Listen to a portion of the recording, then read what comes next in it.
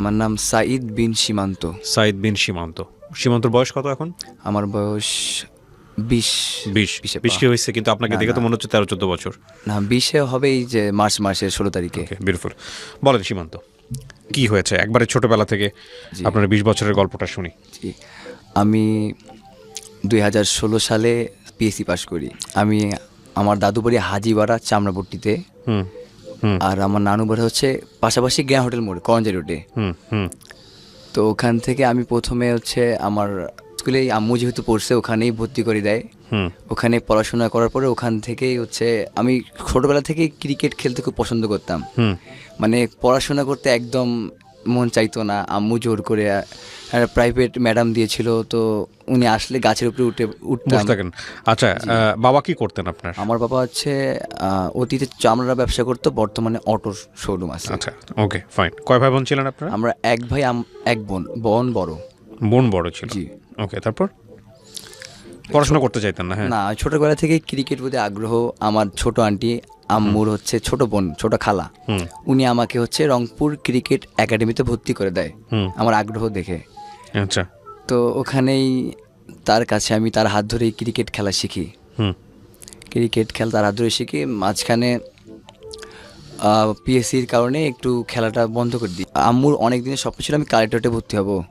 ভর্তি হবেন? কারাটে স্কুলে। জি, ক্লাস 6-এ আমি কালেক্টরেট স্কুলে ভর্তি হই, মানে ভর্তি পরীক্ষা দিয়ে টিকি আর কি। কি স্কুল এটা? Collectorate school, Rangpur. আচ্ছা, এই স্কুলটা কি খুব ভালো স্কুল? রংপুরের মধ্যে এটা ভালো। জি, তো আমি ক্লাস 6-এ কালেক্টরেট স্কুলে ভর্তি হই। ক্লাস 6-এর শেষে ক্লাস 7-ও ওইখানে আবার মানে পাশ করে ক্লাস 7-ও কালেক্টরেটে ভর্তি হই। তো ক্লাস 7-এর শেষের দিকে একটা মেয়েকে আমার ভীষণ ভালো লাগে। কি কারণে ভালো লাগে? কি হয়েছে ঘটনাটা একটু বলেন তো, কিভাবে তাকে দেখলেন প্রথম দেখা? আমি সিঁড়িতে উঠতে গিয়ে হঠাৎ সেই মেয়েটাকে দেখে আমার ভীষণ ভালো লাগে। তো আমার বন্ধুরা যখন এসএসসি পাস দেয় আমি তখন ক্লাস 7-এ পড়ি। কারণ আমি আগেই বলছি যে আমি ছোটবেলা থেকেই পড়াশোনা করতে চাইতাম না। ও, তার মানে আপনার গ্যাপ আছে? জি, আমার গ্যাপ প্রচুর আছে। আমি কারণ পড়াশোনা করতে চাইতাম না ছোটবেলা থেকে একদম। আমার কেজি 2, কেজি 1 এগুলো সব আম্মু পড়াইছে, মানে 1-এর নিচেই 5 বছর পড়েছি।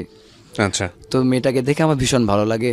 তো বন্ধুদের দিয়ে বলি, আর মেয়েটা আবার পড়াশোনা অনেক ভালো, আর আমি আবার একদম পড়াশোনা পারি না। আপনারই ক্লাসমেট ছিল? যে আমারই ক্লাসমেট। ওকে। আমি পদ্মায়, সে তিস্তায়। ওকে। তো ও তার পিছনে প্রায় 4-5 মাস 6 মাস ঘুরি, কিন্তু মানে কিভাবে ঘুরতে থাকেন? মানে বলি আর কি অনেক দেয়, কিন্তু বিভিন্ন জায়গায় আওয়াজ থেকে নক দিতেন তাকে? জি, বন্ধুদের দিয়ে। কিন্তু আমি খেলাধুলা সবসময় প্রথম ছিলাম। স্কুলে হয়ে অ্যাথলেটিক্স খেলতাম, আরও যেগুলো খেলা হয় ক্রিকেট খেলি স্কুলের হয়ে। তো যখন আমি স্কুলে প্রথম হতাম তখন আমাদের স্কুলে মানে সম্মাননা দিত সবার সামনে প্রিন্সিপাল হাত থেকে। তো হয়তো বা এগুলা দেখেই সেও রাজি হয়ে যায়। জি, মানে হচ্ছে আমি তার পিছনে সবসময় ঘুরঘুর করতাম। মানে সে বলতো যে না ভাই, আমি এগুলা করব না, কারণ আমি পড়াশোনায় আমাকে করতে হবে। তার ইচ্ছা সে ডাক্তার হবে। জি। তো অনেক বলার পরেও সে রাজি হচ্ছে না।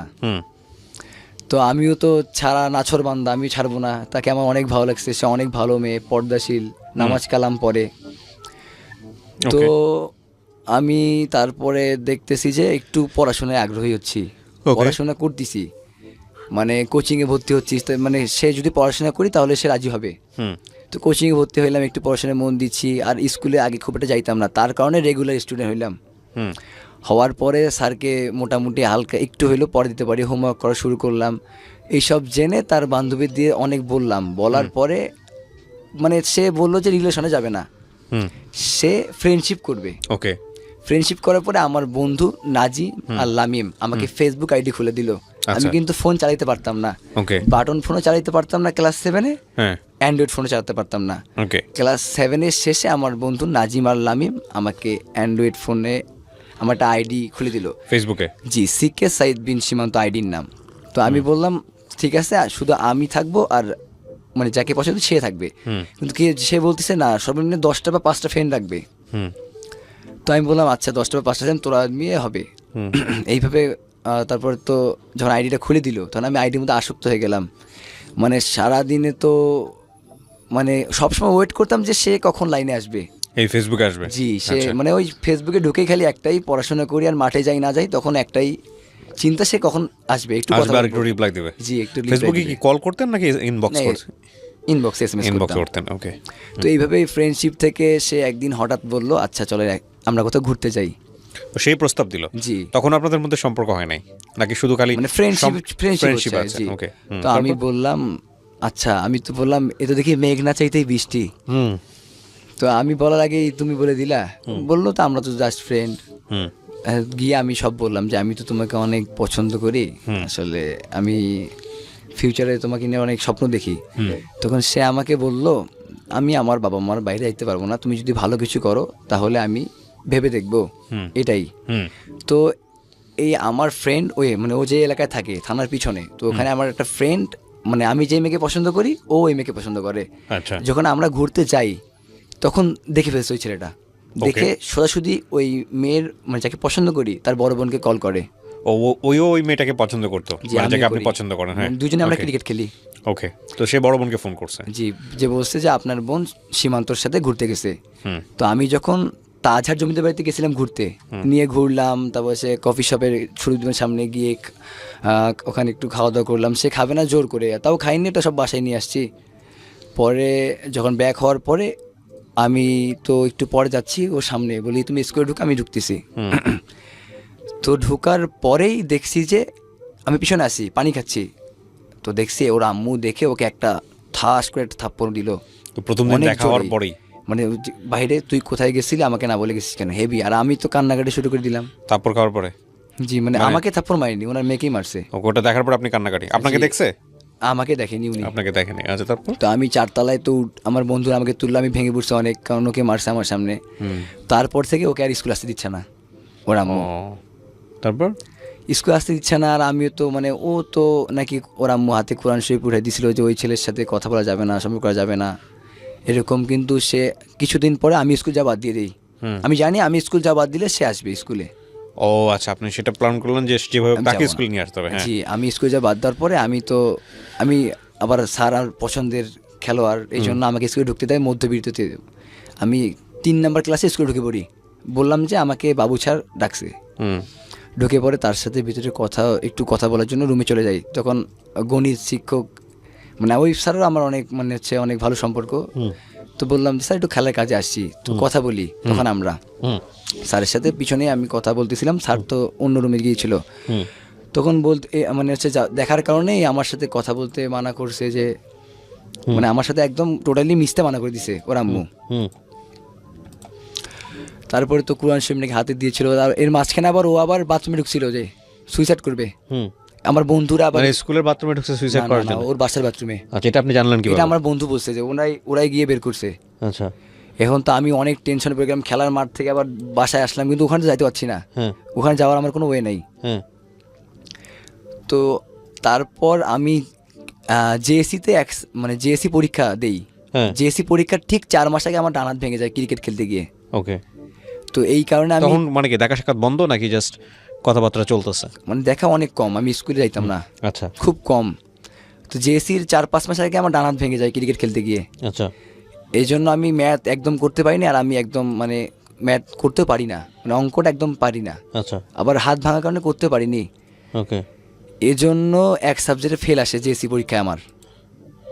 ওকে আমি 2019 সালে জেএসসি পরীক্ষা দিয়েছি কালেক্টর স্কুল থেকে। ওকে। ও আপনার সাথে তো ও পরীক্ষা দিয়েছে না? জি, ও তো অনেক ভালো রেজাল্ট করেছে। ওকে। তো আমি যখন জেএসসিতে ফেল করি তখন সে টোটালি আমার সাথে যোগাযোগ অফ করে দেয়। আচ্ছা কারণ সে জানতো তার ফ্যামিলি এই ব্যাপারে আর আগাবে না, আর ও মিথ্যা আমাকে আসে দিবে না। ওকে। তো 3 মাস আমার সাথে দেখা নেই। আমি 3 মাস পরে একবার স্কুলে যাই ওর সামনে। স্কুলে যাওয়ার পরে ও সবার সামনে আমার সাথে অনেক বাজে ব্যবহার করে। 3 মাস পরে? জি, কারণ ওর আম্মু ওকে মিশতে মানা করছে এই জন্য। আচ্ছা। আর অলরেডি ওর বান্ধবীদের বলছে যে যদি কথা বলি, কারণ সবাই তোর মানে ওর আম্মুকে বলে দিবে। তো আমি দেখা করতে গেছি, আমার সাথে খারাপ ব্যবহার করছে। খারাপ ব্যবহার বলতে? মানে অনেক রাগারাগি করছে।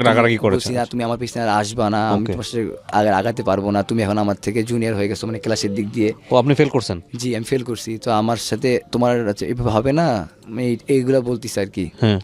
তো সবার সামনে আর কি খারাপ ব্যাপার, এটা আমার খুব খারাপ লাগছে। আমি সোজা স্কুল থেকে বের হয়ে চলে গেলাম। হ্যাঁ। আমি কিছু বলিনি, তো মাথা নিচ করে স্কুল থেকে বের হয়ে আপনি 7 থেকে গেলেন, ও 8 উঠে গেছে? জি, এটা ঠিক আছে। তারপর? তো আমি সোজা বাসা চলে গেলাম। হ্যাঁ। চোখ দিয়ে পানি পড়তেছে ভাই, বিশ্বাস করেন আমি মেয়েটাকে অনেক অনেক অনেক বেশি এটাই কি আপনার ভালোবাসি। First love? জি, এটাই আমার ফার্স্ট লাভ ছিল। তারপরে হচ্ছে আমি তো এইভাবেই ক্রিকেটে মানে আবার ক্রিকেটেই ব্যাক করলাম, মাঠে যাচ্ছি, কিন্তু ভাই খেলা এরকম একটা হচ্ছে না, মন বসতিছে না। মানে হৃদয় ভাঙলে যা হয়, জি। খেলায় ঠিক মন মানে বসতিছে না, হাত ভাঙা ইনজুরি পর থেকে একদম 4-5 ম্যাচে টোটালি রান পাচ্ছি না, বোলিংও ভালো হচ্ছে না। তারপর হঠাৎ একদিন ফেসবুকে নক আসে, একটা ফ্রেন্ড রিকোয়েস্ট মেয়ের, হাই হাই মানে ফ্রেন্ড SMS এ রিকোয়েস্ট দেয় কিন্তু আসে, তো হাই, তো আমি বললাম জি বলেন। মেয়েটা আমাকে বললো আমি আপনার ফ্রেন্ডের ছোট বোন। আমি বললাম আপনি কোন ফ্রেন্ডের বোন? বলে হোসেন হৃদয়, চট্টগ্রামে বাসা, আদর্শ স্কুলে পড়ি, তার ছোট বোন। আমি বললাম আমার তো ওই নামে অনেকে আছে, আমি আমার স্মরণ করতে পারছি না। কারণ বলে আচ্ছা ভাইয়া আপনার নাম্বারটা দেন, আমার নাম্বারটা, ওর নাম্বারটা দিছে আমাকে ওই মেয়েটা, যে ফোন দেন আমি আপনাকে সব বলতেছি। বলে আপু আমি তো আপনাকে চিনি না, আমি ফোন দিতে পারবো না আপনাকে, আর আমার ফোনে টাকা নেই। পরে অনেক কিছু বলার পরে আমার নাম্বারটাও নিছে আর কি, বলছে আমি তো আপনার বোনের মতোই, আপনার ফ্রেন্ডের বোন। তখন নাম্বারটা আমি দিই, ও আমাকে ফোন দেয়, যে বললাম আপনি কোথায় থাকেন? ও বলতেছে তখন চট্টগ্রামে থাকি, আমার বাসা চট্টগ্রামের লোহাগাড়া আধুনগর মিয়াপাড়া থানাতে। জি, মানে লোহাগাড়া থানা আধুনগর মিয়াপাড়াতে গ্রামে। ওকে। তখন মেয়েটার সাথে আমার কন্টিনিউ কথা হয়, মানে মেয়েটা আমাকে ফোন দেয়, মানে আমি অতটা গুরুত্ব দিতাম না, মেয়েটা আমাকে কন্টিনিউ ফোন দেয়। তো ফোন দেওয়া জিজ্ঞাসা করে যে খাওয়া করছেন, মাঠে গেছিলেন, প্র্যাকটিস করছেন, মানে সময় মতো খাওয়া দাওয়া করবেন, এই টাইপের বলে, মানে অনেক কেয়ার করে। 15-20 দিন দেখলাম সবসময় ফেসবুকে নক, হাই কী করতেছেন, খাওয়া করছেন, বাসার সবাই কেমন আছে, এভাবে বলতে বলতে মানে কন্টিনিউ একটা আমরা সম্পর্কে জড়িয়ে যাই, গভীর সম্পর্কে। ওইদিকে কিন্তু আমি আগের জনকে মানে মানে ইনি হচ্ছে কন্টিনিউ মানে এমনভাবে আমার মানে কেয়ার নিচ্ছে, মানে আগেরটাকে অলরেডি আমি মন থেকে আস্তে আস্তে আস্তে আস্তে মানে ভুলে যাচ্ছি আর কি। ওকে, মানে এত কেয়ার করতেছে যে মানে তখন পর্যন্ত কি আপনি মেয়েটার সঙ্গে চিনতে পেরেছেন যে মেয়েটা কে, বা চেহারা দেখেছেন কিনা, পরিচয় কিচ্ছু না? কোনো চেহারা ওর দেখিনি প্রথম 3 মাস। ফেক আইডি ছিল? ফেক আইডি, রিয়েল আইডি ছিল তার। ছবি দেওয়া আছে ওখানে? ছবি দেওয়া না থাকলে তো ফেকই বলি আমরা। যাই হোক, আপনি কথা বলেছেন মেয়েটার সঙ্গে? ফোনে কথা হয়েছে? কন্টিনিউ কথা বলি আমি ফোনে কথা প্রথম দিন থেকে কথা বলি। ওকে, তারপর তো আপনি পরিচয় বের করেন নাই যে তুমি কোথায় কি করো? আমাকে সব বললো যে আমি আপনার ফ্রেন্ডের বোন। পরে তার ফ্রেন্ডকে ফোন দিয়ে বলছি আমি তোমার বোন, এটা এই নাম, জি বলছে আমার ছোট বোন এটা, বলে আমাকে ফ্রেন্ড রিকোয়েস্ট দিচ্ছে, কথা বলছে। আচ্ছা তুমি বন্ধু মানুষ, আমার বেস্ট ফ্রেন্ড বলছি, এই জন্য তুমি ক্রিকেট খেলো এই জন্য আর কি, ফোন দিয়ে কথা বলছিল। ওকে ওকে ওকে, হ্যাঁ। তারপরে মানে একটা গভীর সম্পর্কে আমাদের জড়িয়ে যাই আমরা তার সাথে। তো 6 মাস রিলেশন করলাম। 3 মাসের পর ভাই আমি তাকে প্রথম দেখি, 3 মাস। মানে আমি বলি যে খুব রিকোয়েস্ট করি তোমার আমাকে একটা ছবি দাও, যদি তুমি আমাকে ভালোবাসো তাহলে তুমি আমার ছবি দিবা। এটা নিয়ে কিন্তু ঝগড়া, মানে 7 দিন কথা বলিনি, সে আমাকে ছবি দিবে না। 7 দিন কথা হয়নি, ওর ভাই ফোন দিছে যে সীমান্ত তোমাকে তো আমি অনেক বিশ্বাস করি, তুমি তো মানে সব বলতিছে আর কি।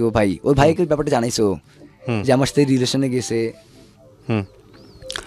তো তখন আমি বলে তুমি আমার সাথে এমন করছো কেন, ও তো পাগলামি করতেছে, ওর ছোট বোন, এখন ও কী করবে, মানে আমার এটা ফ্রেন্ডই আমাকে ফোন দিয়ে বলতেছে। তো 7 দিন পরে ও আমাকে ছবিটা দেয়, যখন আমি একদম টোটালি যোগাযোগ বন্ধ করে দিই। আমাকে ছবিটা দেওয়ার পরে আমি হচ্ছে কেন যোগাযোগ বন্ধ করেন? মানে আমি রাগ হয়েছি যে আমি করতেছি না, যে তোমার একটা আমাকে ভালোবাসা একটা ছবি দিচ্ছ না। ও আচ্ছা আচ্ছা, মানে ছবিটা না দেওয়ার কারণে একটা মানে আমাদের মধ্যে ঝগড়া।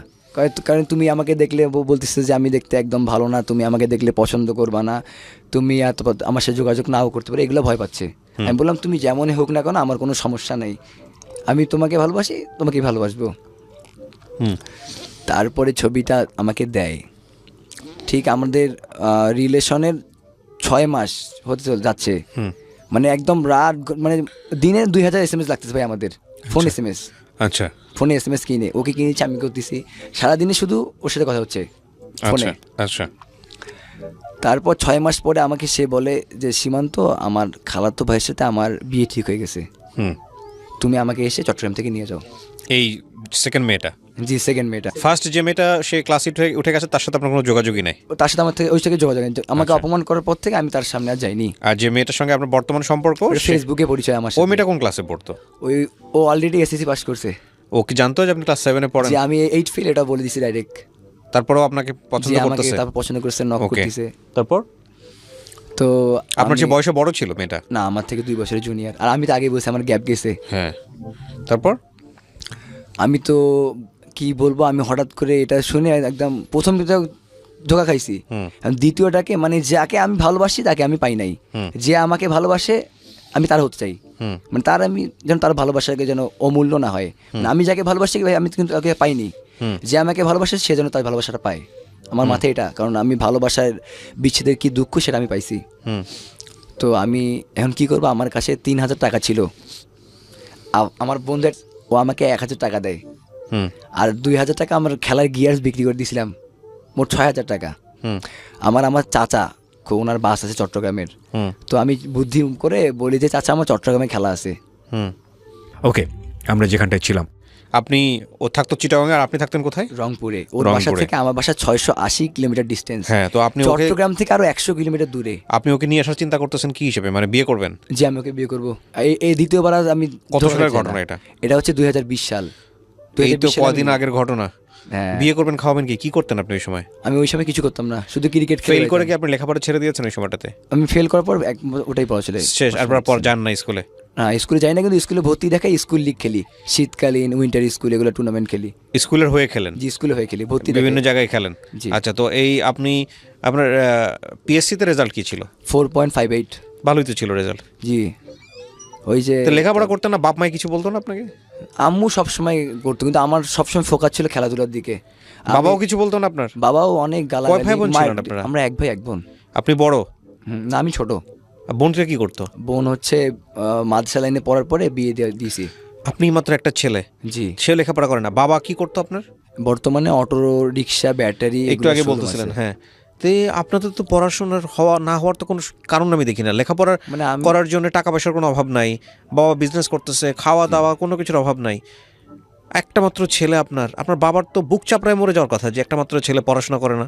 ভাই আমি মানে কি বলবো, আগে থেকে অনেক জেদি, আর যেটা বলি ওটাই করি, মানে একদম জেগি, আর আমাকে কিছু বলে না, কারণ অনেক রাগ বেশি।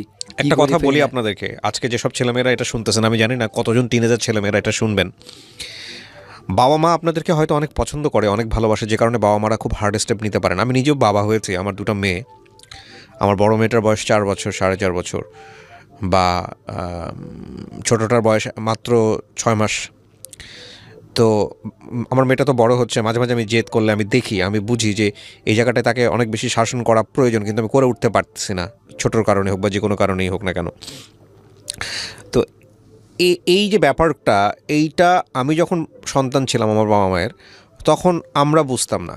তবে একটা জিনিস আমার কেন জানি মনে হয়, কিছু জিনিস প্রকৃতিগতভাবেই আল্লাহ মানে মানুষের ভিতরে দিয়ে দেন, যে ও এইরকম হবে, ওকে এইভাবে ট্রিটমেন্ট করতে হবে, ওর দ্বারা এটা সম্ভব। আর সবাই আসলে বাধ্যনুগত হয় না, সবাই আসলে খুব বেশি বাবা মা ভক্ত হয় না, সবাই আসলে একরকম হয় না। তারপরেও আমি সব ছেলেমেয়েদেরকে একটা কথা বলি আজকে, সেটা হলো যে এই যে ব্ল্যাকমেলিংটা করা বাবা মাকে, যে আমি একটা মাত্র সন্তান, আমি একটা মাত্র ছেলে, আমি একটা মাত্র মেয়ে, শেষ পর্যন্ত হয়তো বাবা কিছুই করতে পারবে না, শেষ পর্যন্ত হয়তো মা কিছুই করতে পারবে না, কারণ তারা তো নিরুপায়, তারা চাইবে না তার সন্তানের একটা বড় ক্ষতি হোক।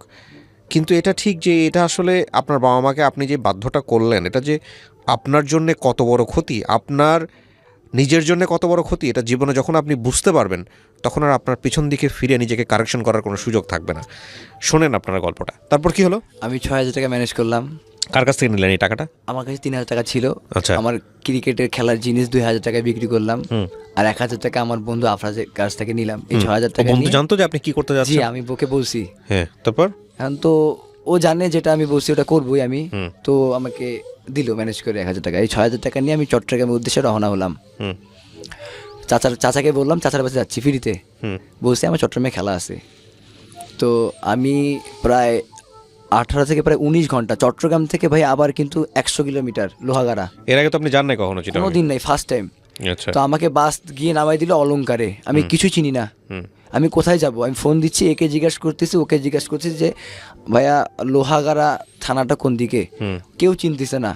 পরে একটা সিএনজিএল আমাকে বললো যে ভাইয়া এখান থেকে তুমি প্রথমে নিউ মার্কেট যাবা, নিউ মার্কেট থেকে ওইখানে তুমি অটোওয়ালাকে জিজ্ঞেস করলে নিউ ব্রিজের গাড়ি পাবা, ওই কর্ণফুলী ব্রিজ থেকে তুমি সরাসরি বাস পাবা হচ্ছে লোহাগাড়ার আদিনগরের। তো ভাই আমি তো আর কোনটা লোকাল বাস কোনটা মেল বাস বুঝতেছি না, আর ও অলরেডি কিন্তু আমি চট্টগ্রামে গেছি, ও বাসা থেকে বের হয়ে গেছে, আমাকে ফোন দিচ্ছে আচ্ছা। যে আপনি কোথায়, একটু তাড়াতাড়ি আসেন, আমি তো বের হয়ে গেছি, আমাকে খোঁজাখুঁজি অলরেডি মানে শুরু হয়েছে। হুম তো আমার ওই জায়গাটা যাইতেই 4 ঘন্টা লেগে গেছে, লোকাল বাসে উঠছি আমি। তো ওখানে আমি গিয়ে আমিরাবাদে নেমে পড়ি। হুম আমিরাবাদ থেকে একটা নেই সিএনজি, মানে একটা পিক আপ নেই, পিক আপ গাড়ি বলে লেগুনা বলে যে। হুম তো ওটা একদম নেই, রিজার্ভ নিয়ে নেই যে ভাই আমি আপনাকে 500 টাকা দেবো, শুধু লোহাগাড়া যেয়ে একটা আমার বোন কিনে চলে আসবো। তো ভাই আমার অনেক ভয় লাগছে, হাত পা ঠান্ডা হয়ে যাচ্ছে, আমি এটা কী করতেছি। হুম তো আমি চলে গেলাম, চলে গিয়ে ও দেখি দাঁড়ায় আছে আধুনগরের ব্রিজের উপরে দাঁড়ায় আছে। এই প্রথম দেখা? প্রথম দেখা আমাদের। এর আগে তো ছবিতে দেখছেন নাকি? এর আগে শুধু ছবিতে দেখছি। হ্যাঁ। তো তো- দেখার পর কেমন লাগতেছিল? দেখে মানে আমার হাত পা ঠান্ডা হয়ে যাচ্ছিল, চোখ দিয়ে পানি পড়ার মতো হয়ে যাচ্ছে। কেন? মানে যাকে ভালোবাসি তাকে প্রথম দেখলাম, আচ্ছা, ওকে। মানে ও সে তো আমাকে ধরে কান্নাকাটি করতেছে। হুম ওকে। এখন বলতেছি যে সিএনজি এলাকে একটু আপনি তাড়াতাড়ি চলেন। আর উনি কিছু বুঝতে পারছে, বললাম কিছু আপনি ব্রেক করছে, আমি তাড়াতাড়ি টানেন, আমি একটু রাগ দেখাচ্ছি যে টাকাটা 500 টাকা দিলাম যে আপনি নিয়ে একটু তাড়াতাড়ি চলেন। হুম তো উনি আবার কি করছে, ওরা নেওয়ার পর যাত্রী তুলতেছে। আচ্ছা। এখন মেজাজ খারাপ হচ্ছে, কিছু বলতেছে না, যাত্রী তুলছে উনি, কিন্তু রিজার্ভ নিছে আমি। হুম তো এরকম করতে যাত্রী যাত্রী লোকালে নিয়ে যাচ্ছে। তো ওখানে আমি আমিরাবাদের সিএনজি ওই লেগুনিতে করে যে আমিরাবাদে নেমে গেলাম। হুম। আমিরাবাদ থেকে একটা বাস নিলাম হুম ওই যে কর্ণফুলী ব্রিজের উদ্দেশ্যে। হুম হুম কর্ণফুলী ব্রিজে নিলাম। তো ওখানে আমরা মানে আমি ভাই টানা কিন্তু 24 ঘন্টা জার্নি চলতেছে আমার, হুম কোনো রেস্ট নাই, টানা 24 ঘন্টা জার্নি করতে আছি আমি। জি। আমিরাবাদ গাড়িতে উঠে আমরা কর্ণফুলী ব্রিজে নামলাম, ও- নেমে একদম ভিতরে একটা, আমি বাসের নামটা জানি না, একদম ভিতরে ঢুকলাম। হুম মানে রংপুরে বাস নিব, শ্যামলী কাউন্টার, অনেক চট্টগ্রাম শহরে অনেক ভিতরে ঢুকছে একদম। আমি রিক্সাওয়ালাকে বলছি যে আমাকে একদম ভিতরে কোথায় কাউন্টার আছে রংপুর নিয়ে যান। আচ্ছা। তো রিক্সা ভাড়া দেওয়ার পর রিক্সাওয়ালা বললাম 200 টাকা দিচ্ছি, আমার একটা ভিতরে কাউন্টারে নিয়ে যান। তো আবার ভাই যে এই মাঝখানে আমিরাবাদ থেকে চট্টগ্রামে আসার মাঝখানে আমাদের বাসে 2টা পুলিশ উঠছে। আচ্ছা, টেনশনের বিষয়। হ্যাঁ আমি তো শেষ, আরও আমার গা পা ঠান্ডা হচ্ছে ভাই, বিশ্বাস করেন মানে এত ভাই জীবনে পাইনি আমি। হুম কিন্তু মুখের জোর আছে। তো আমাদের পুলিশে বলছে তোমরা কোথায় যাচ্ছ, চট্টগ্রাম ভাষায়। আমি বললাম কি বলে, আমি বললাম যে বোন কি বলে শোনো তো, মানে আমার যাকে নিয়ে পালাচ্ছে ওকে বললাম। হ্যাঁ। তখন বলতেছে যে মানে আমরা কে, আমি বললাম এটা আমার চাচাতো বোন, আচ্ছা আমার দাদার 2টা ওয়াইফ, তো একে একটা চট্টগ্রামে থাকে আর একটা রংপুরে, একে আমি রংপুরে নিয়ে যাচ্ছি। আমি অনেক টায়ার্ড, 24 ঘন্টা জার্নি করছি, আমার দাদি অসুস্থ, ও দেখতে যাবে। হুম। তো আপনি যদি কিছু বলার থাকে আমি আমার আব্বার নাম্বার দিচ্ছি, আমার আব্বার সাথে কথা বলেন প্লিজ, আমাকে ডিস্টার্ব করিয়েন না। তো আমি যেভাবে এইটা বলার পরে পুলিশটা নামে গেছে। আচ্ছা, ওকে আর আমার পাশে ছিল আবার পুলিশ ওকে বসা। ওকে। এখন বলছে ভাইয়া তোমাদের ব্যাপারটা বুঝতেছি, ভয় পাবে না, যাও আমি আসি। মানে আমি 4টা সিট নিছি কিন্তু করোনার সময়, হুম। করোনার সময় 4টা, মানে 2জন এক সিট বসা যাবে না। ও ফাঁকা রেখে? জি, তো আমার 2টা সিট ফাঁকা আছে, ওটা পুলিশ বসতে দিয়েছি। ওকে। তো এই জন্য উনি বলছে ভাইয়া সমস্যা নাই, যাও, আমি তোমার ব্যাপারটা বুঝতে পারছি, হ্যাঁ। আমি আসি। আচ্ছা, তো তারপর? আমরা আসতেছি, আমি কিন্তু ভাই বাসে গভীর ঘুম, এদিকে সে বমি করতে করতে শেষ, অনেক অসুস্থ, কিন্তু আমার কোনো সেন্স নাই, আমি ঘুম। জি। এখন সে বলতিছে, শুনতেছি যে আমি কার সাথে পালাচ্ছি, সে আমি মরে যাই তার কোনো হুঁশ জ্ঞান নেই, সে বলতিছে কিন্তু রাগ, কিন্তু আমি এদিকে মরা মানুষ, টানা 30 ঘন্টা অলরেডি জার্নি করতেছি আমি। হুম। ভাই রংপুর থেকে 680 কিলোমিটার দূরে আমার যাকে নিয়ে পালিয়েছি তার বাসা। হ্যাঁ। মানে ওখানে গিয়ে 2টা মিনিট আমি রেস্ট করার সুযোগ পাইনি, রাইট। ওখান থেকে আবার শুরু তাকে নিয়ে আসছি। ওকে, তারপর? তার সাথে ভাই প্রথম দেখা তখনই হলো আমার। তারপর আমি সোজাসুজি ওকে নিয়ে নামলাম, মানে ও আবার ভালো রেসপন্স পায়, ভালো কিছু পড়েনি, শুধু নিচে হচ্ছে জন্মসনদ নিচে, 2 কিছু নিচে, বিয়ে করতে যা যা লাগে আর কি, ওগুলো নিতে বলছিলাম, ওগুলো নিচে। তো আমি ভাবতেছি এখন তাকে নিয়ে যাবো কোথায়, প্রথমে বাজারে নিয়ে এসে ওকে কাপড় কিনে দিলাম, বাসায় যেহেতু নিয়ে যাবো, হুম। ওকে ওড়না কিনে দিলাম আর জুতা কিনে দিলাম। ওড়না মনে হয় কিনে দিছে, জুতা কিনছে সেটাকে আমার মনে পড়তেছে না, এটা মানে কিনে দিলাম সালেম মার্কেট, ওই জামাল মার্কেট থেকে, দিয়ে বাসায় নিয়ে গেছি। আমার আম্মু মূর্তি মতো তারা আছে, নানি বলছে কিরে সীমন্ত এটাকে তুই কী করছিস। হুম। আমি বললাম আমি এখন ঘুমাবো, এটা হচ্ছে আমার বউ। কই বিয়ে করলি কবে, কই বিয়ে করি নাই, বিয়ে করবো, এখন তোমরা বিয়ে দিবা। নিয়ে ঢুকে গেছেন এভাবে? হ্যাঁ বাসায় নিয়ে গেছি। তারপর? এখন আমি গোসল করতেছি, আমি বললাম একেবারে মূর্তি মতো দাঁড়ায় না হয়ে একটু কাপড় আসে না, একটা জামা দাও। আম্মুকে বলতেছি, আম্মু কান্না করতেছে, নানি এদিকে কান্নাকাটি শুরু আপনি করছে। মূল এক কথায় হচ্ছে অবাধ্য সন্তান ছিলেন, এটা বোঝা যাচ্ছে। সরি, আমি কিছু কমেন্টস করবো, আপনি মন খারাপ করেন না। আপনার মাকে এটা বলার পরে আপনার মা যদি কান্না করে, মানে দু চারটা থাপ্পড় যদি না মেরে যদি কান্না করে থাকে তাহলে বুঝতে হবে যে আপনার বাপ মা হেল্পলেস ছিল আপনার প্রতি। মাঠটার দেয়নি ওই সময়টাতে? আব্বু এসে মার দিছে। সেটা আব্বু তো দিবে, মা হলে তো আমি তো মা জায়গা থাকলে তো দিতাম। সরি, এটা যদিও গণমাধ্যম লক্ষ লক্ষ মানুষ এটা শুনতেছে, ফাইন। তারপরে কি করলেন আপনি? তো আব্বুকে ফোন দিল, আর আম্মু মানে কোমরের সমস্যা, তো ওইভাবে কোমরের হাড় ক্ষয়, মানে এই জন্য আর কি ওইভাবে উত্তেজিত হয়ে গেলে উনি অসুস্থ হয়ে পড়বে, মানে মেরুদণ্ডের হাড় বাড়ছে আর কোমরের হাড় ক্ষয়। আচ্ছা, তারপরে কি হলো? তারপর কি হলো? তো আসার পরে আব্বু তো কয়েকটা মার বসে দিল। তো আমি বলছি মারি ফেললে কিছু হবে না, আমি নিয়ে আসছি, আমার বিয়ে দিতে হবে। তাছাড়া ওই নেয় ওর আব্বু, আমি বলছি যে ওর আব্বু লালমনিরহাটে, ওনাকে ফোন দিয়ে বলো যে মানে আমার ওয়াইফকে আমি নিয়ে আসছি। ওকে নিয়ে আসছি, তারপরে আমি হচ্ছে গোসল টোসল করে ঘুমাই পড়লাম। তো ও আম্মুর সাথে আছে, কথাবার্তা বলতেছে, আম্মু তো কান্নাকাটি করছে, ও কান্নাকাটি করতেছে যে আমি যাবো না, আর আমাকে আপনি মারি ফেলেন, আমি যাবো না বাসায়, মানে যাকে নিয়ে আমি চলে আসছি। ও বলতেছে আমাকে মারি ফেললাম, যাবো না, আমি সীমার সাথে থাকবো। আর আমি এদিকে ঘুমাচ্ছি, কারণ আমি তো ভাই টানা 36 ঘন্টার মতো জার্নি করছি, 36 থেকে 40 ঘন্টা। একটু পরে আমাকে আম্মু ডাকতেছে যে উঠো, ওই মেয়ের বাবা আসছে। ও আবার মানে রংপুরে চাকরি করতো, উনি কৃষিতে, মানে ওরা কিন্তু রংপুরে ছিল, সঙ্গে সঙ্গে চলে আসছে। হ্যাঁ, মানে ওর আব্বু লালমনিরহাটে ছিল, আর ও কিন্তু রংপুরেই পড়তো আদর্শ স্কুলে, কিন্তু মানে ওর দুই ভাই বোনে পড়তো, এখান থেকে এসএসসি পাস করছে, 9-এ ভর্তি হয়েছিল। কিন্তু আমি রংপুরে থাকা অবস্থা আমার সাথে সম্পর্ক ছিল না, আর আমি চিনতাম না। চট্টগ্রামে যাওয়ার পরে তার সাথে আমার পরিচয় হয়েছে।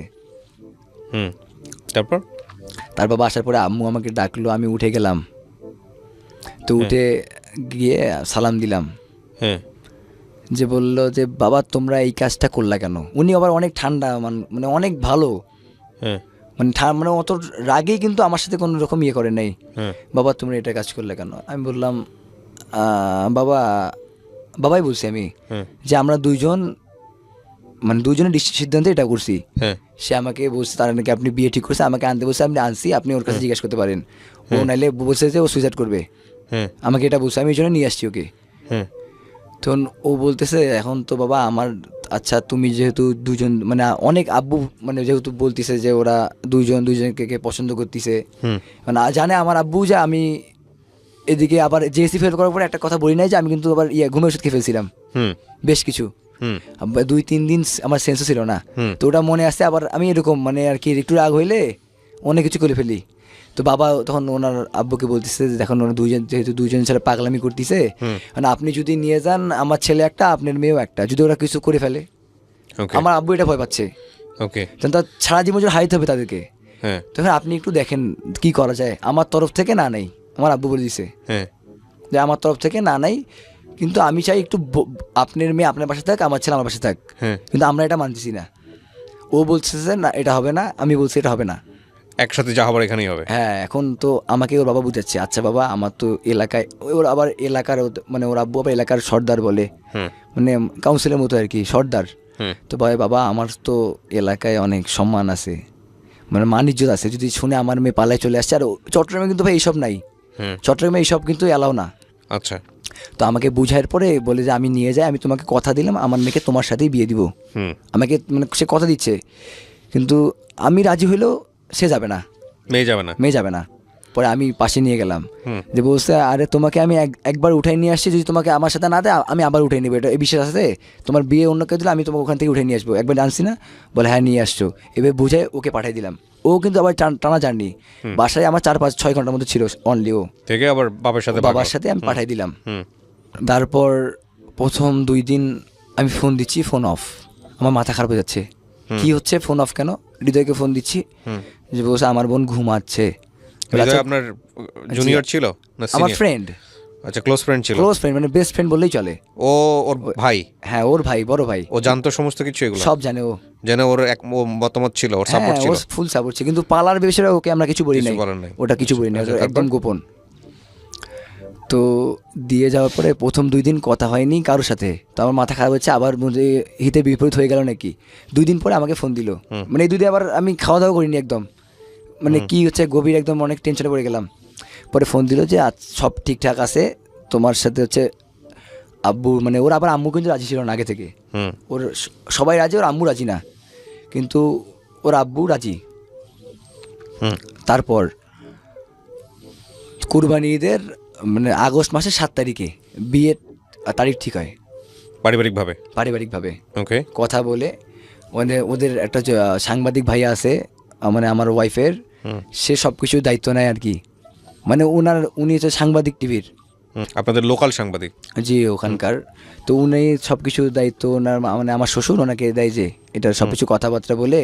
আর বিয়েটা ওনার বাসায় হয়েছিল, আমি সেদিকে যাচ্ছি। মানে আমরা হচ্ছে বিয়ের তারিখ ঠিক হয় 7ই আগস্ট 2020। আচ্ছা। আমরা যাই হচ্ছে 6 তারিখে আমরা রওনা হই, 6 আগস্ট। চাচার বাসে যাচ্ছিলাম, কারণ আমরা ঈদের সময় তো, ঈদের 4-5 দিন পরেই। তো আমাদের বর যাত্রী যাই শুধু 4 জন আমরা গেছিলাম, কারণ আমি তো ওকে পালিয়ে নিয়ে আসছি। ওখানে আবার যদি অন্য কিছু হয়, আমাদের এরকম একটা ভয় ছিল, যেহেতু পালিয়ে নিয়ে আসছিলাম সেক্ষেত্রে মেহমান নিয়ে গেলে আবার যদি অপমান হতে হয়, এইরকম একটা ছিল আর কি আমার বাবার মনে বা আমাদের ইয়াতে। কিন্তু আমরা বাসে উঠার পরে উঠে প্রায় 19 ঘন্টা জার্নি করে তার বাসায় পৌঁছাই। আমিরাবাদে তারা আমাদের জন্য মাইক্রো পাঠিয়ে দিছে। আচ্ছা। তারপরে হচ্ছে ওই দুলা ভাইয়ের বাসায় বিয়েটা হয়। মানে ওই দুলা ভাইয়ের বাসায় আমরা যাই, মানে আমাকে হচ্ছে মানে যেভাবে আর কি বিয়ে হয়, মানে যে একদম মনটা আমার খুশি হয়ে গেল। মানে বিয়ের অ্যারেঞ্জমেন্ট থেকে আমার মাথা একদম নষ্ট, মানে আমি যেটা কল্পনা করতে পারিনি এর আগে। মানে আর আমি কিন্তু আগে তো এই জন্য আর কি ওইভাবে ওদের বাসায় করিনি তো। আর হচ্ছে হলুদের সময় ওরা অনুষ্ঠান করে ফেলছে, কারণ জানে আমি হচ্ছে বলছি বোরখা পরে বিয়ে করতে। বাবা গেছিল আপনার সঙ্গে? যে আমার বাবা, আমার দুলা ভাই, আমি আর আমার বড় বোন গেছিলাম, এই 4 জন। তো মানে হচ্ছে ওদের বিয়ের অনুষ্ঠান হলুদের দিন ওরা করে ফেলছে। আর শুধু মানে যারা সিনিয়র পার্সন তাদেরকে ওরা দাওয়াত দিছে আর কি বিয়েতে, 30-40 জনের মধ্যে। আর আমরা 4 জন, ওদেরকে বলা হয়েছিল আমরা 15-20 জন যাবো। তো ওরা তো সেই হিসাবে 50 থেকে 60 জনের আয়োজন করছে ওই যে ওই ফ্ল্যাটের মধ্যেই। তো আমাকে মানে অনুষ্ঠানটা দেখে আমার মানে অনেক ভালো লাগছে, যে মানে অনেক ভালোভাবে করছে। তো যাওয়ার পরে ওরা বরণ করে নিল ওদের ইয়াতে, চট্টগ্রামের নেয়। তারপরে হচ্ছে বিয়ের গিয়ে আমি গোসল টোসল ছাড়লাম, রেডি হইলাম। আর সবাই আর কি সিনিয়ররা মানে যারা আছে, চাচি খালা মামি আছে, তো হচ্ছে গুড়াফোয়া, ও ভাজি গুড়াফোয়া, মানে কি ওরে আল্লাহ, এটা তো ছোট ছেলে। তো ওইভাবে হাসাহাসি করতেছিল যে, তো আমি তো মাথা নিচ করে রুমে চলে গেলাম। তারপর রুমে যাওয়ার পরে ফ্রেশ হয়ে 1.5 ঘন্টা পরে ওই রুম থেকে একদম পাগড়ি শেরওয়ানি সব পরে বের হলাম। বের হওয়ার পরে যে আমার কিন্তু আমার জন্ম সনদে তখন 1998 করলাম, মানে তো বিয়ে হবে না, 1998 করে নিছি জন্ম সনদে। তখন জন্ম সাথে আবার ছেড়ে গেছি বাসায়, এটা আবার অনলাইনের মাধ্যমে মেসেঞ্জারে নিলাম। নেওয়ার পরে রাত্রি 12টার পরেই বিয়ে হলো আমাদের। আচ্ছা। আর এর মাঝখানে আবার দিনমোহর নিয়ে একটু ঘন্টা করে আলোচনা হয়, যেহেতু আমি বেকার, সেক্ষেত্রে বাবা আম্মু বলে দিয়েছে 1 লাখ, আবার আমি কথা দিয়েছি 5 লাখ টাকা করবো। পরে অনেক কথা পরে তো এখানে আমি মাস্টারি করলাম, করে 3.5 লাখ করলাম। বাবা বলছে তুমি বেকার ছেলে। আমার বড় বোনে কিন্তু 2 লাখ টাকা দিনমোহর হয়েছিল। তো এখানে আমি মাতব্বরি করে 3,50,000 টাকা করলাম, মনে হয় 50,000 থেকে 70,000 করছি দিনমোহর। আচ্ছা। তারপরে এটা মিটমাট করার পরে বিয়ে হলো রাত 12টার পরে। বিয়ে হওয়ার পরে মানে যা অ্যারেঞ্জ করছে অসাধারণ, অতুলনীয়। মানে মানে যেটা ভাবছিলাম তার চাইতে 1000 গুণ বেশি ভালো সম্মান করছে। মানে যেটা মনে ভিতরে একটু ছিল ওটা না, মানে আমাদেরকে তারা এত সম্মান করছে যে তাদের প্রতি আমরা কৃতজ্ঞ অনেক বেশি, অনেক। আমার দুলাভাইকে আংটি দিয়েছে তারা, মানে দিনে সম্মান করেছে দুলাভাই, অনেক ভালো আয়োজন করছে। তো তারপরে বিয়ের পরের দিন আমার বাবারা চলে আসে। আর 3 দিনে তো একটা নাকি যেতে হয়, আবার এসে আবার যেতে হয়। তো আমার মা বলছে তোমাকে এসে তো এত দূর যাওয়া সম্ভব না, তো তুমি তোমার ওখান থেকে তোমার শ্বশুর বাসা চলে যাও। আচ্ছা। এদিকে আবার আমার আপু আর দুলাভাই শ্বশুর বাসা যাওয়ার খুব ইচ্ছা ছিল, যাই হোক ওখানে নিয়ে যায়নি। আর ওদের বাস কেন নিয়ে যায়নি সেটা জানি না আমি। আর ওনাদের বাসের সময় হয়ে গেছিলো যে যেতে পারেনি। এদিক দিয়ে আমার আব্বুর আবার মন খারাপ যে তাদের বাসায় আমার আব্বুকে কেন নিয়ে যাওয়া হলো না। তারপর আমি এই দুলাভাইয়ের বাসায় 3 দিন 2 রাত 3 দিন থেকে আমাকে আমার শ্বশুর বাসায় নিয়ে যাওয়া হয়। ওখানে যাওয়ার পরে ওখানের মানুষজন দেখে আমার আরো অনেক বেশি ভালো লাগে। সবাই দেখতে আসতেছে,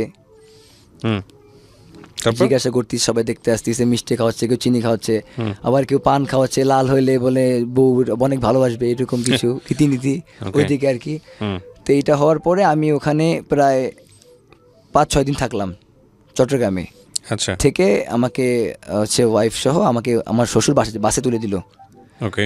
উঠাই দিয়ে আমি ওকে নিয়ে আসতেছি, রংপুরে আসলাম। হুম রংপুরে আসার পর তো আমি প্রথম 10-12 দিন দোকানে বসিনি, বাবার দোকানে বসিনি। তারপর থেকে কন্টিনিউ দোকানে বসি। আমি দোকানে বসতাম 11টার দিকে যেতাম, 12টার দিকে যাইতাম, যখন মন চাই চলে আসতাম। মানে বাবা মানে অনেক ভালো, মানে আমার বাবা অনেক সহজ সরল মানুষ, মানে আমাকে ওইভাবে কিছু বলতো না।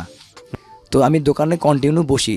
তারপরে ও তো 3 মাস হয়ে যাচ্ছে, ও বাসা যাওয়ার জন্য ব্যস্ত পাগল হয়ে যাচ্ছে 3 মাস, কারণ ও তো বাবা মা ছাড়া এতদিন বাইরে থাকে নাই, বাসার বাইরে। আপনি তখন কি করছিলেন, পেশায় কিছু করতেছিলেন?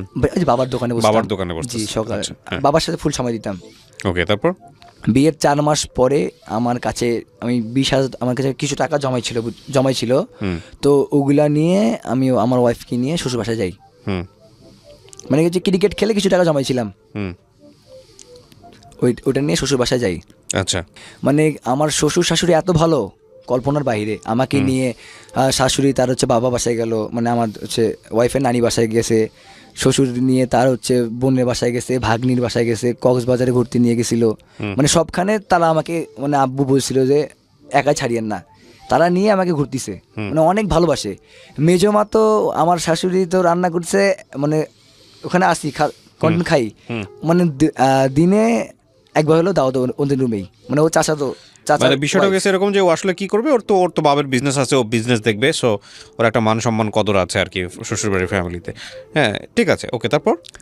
তো ওনাদের ফ্যামিলি, দাদি বলেন নানি বলেন, সবাই অনেক ভালো, আমাকে অনেক ভালোবাসে আর অনেক পছন্দও করে। হুম সবাই আমাকে নিয়ে আদর করতেছে, মানে সবাই জায়গায় ঘোরাচ্ছে। হুম এরপরে আমরা হচ্ছে আবার 15 দিন ওখানে ছিলাম। হুম 15 দিন পরের থেকে হুম ওকে নিয়ে আবার আমি দ্বিতীয়বার বাসায় আসলাম।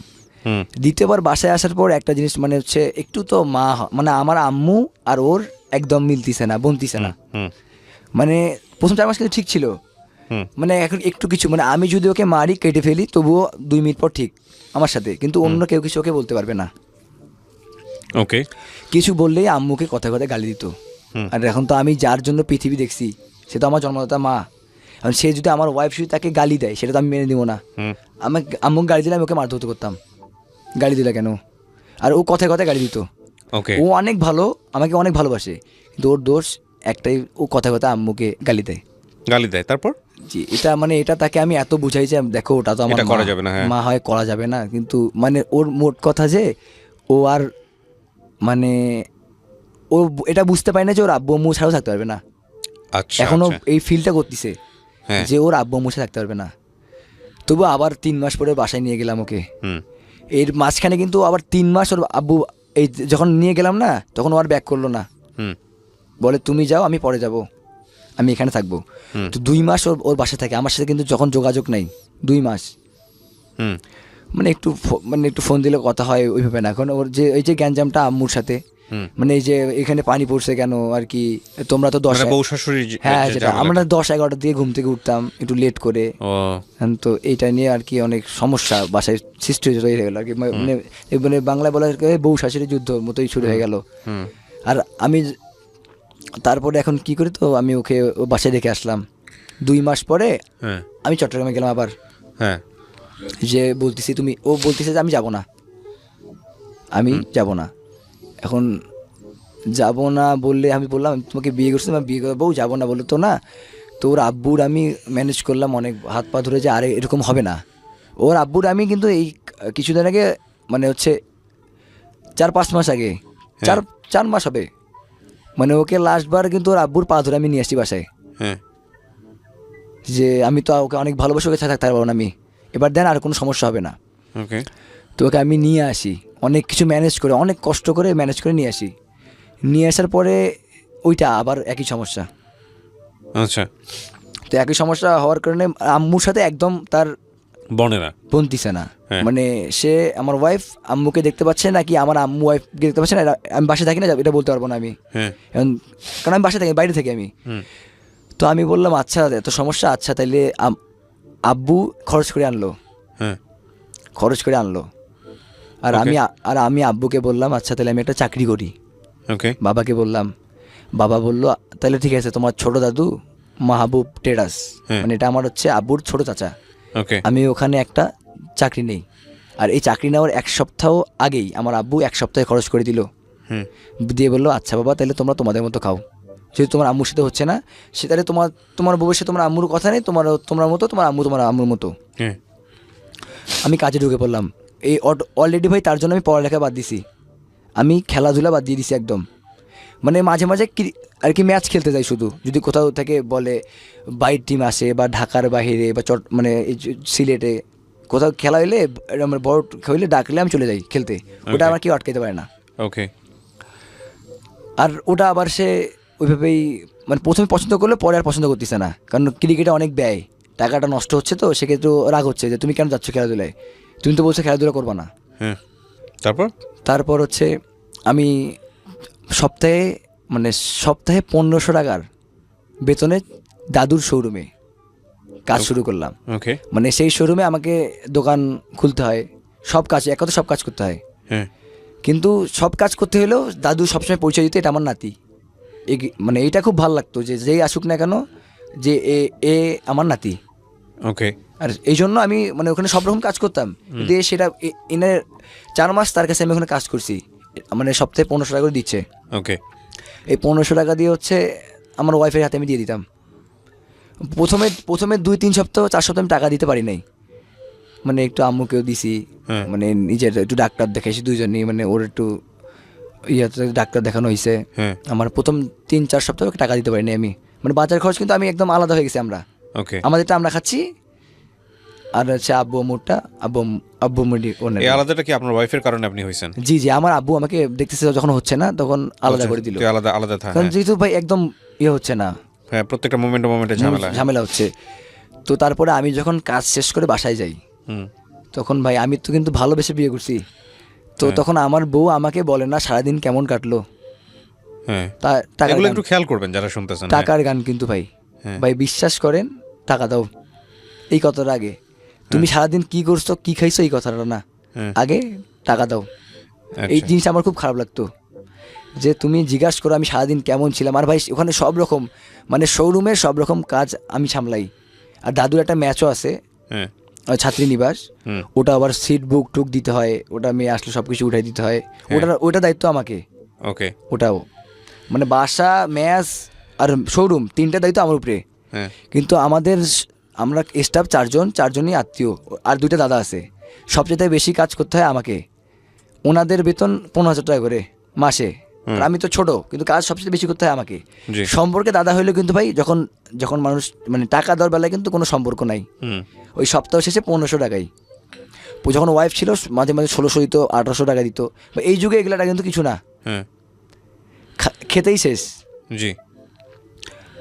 তবুও মানে প্রতিদিন আর কি হয়েছে ব্যাটারিতে পানি করে দিই, মানে যখন গাড়ি বিক্রি হয় বকশিসের টাকা দেয়।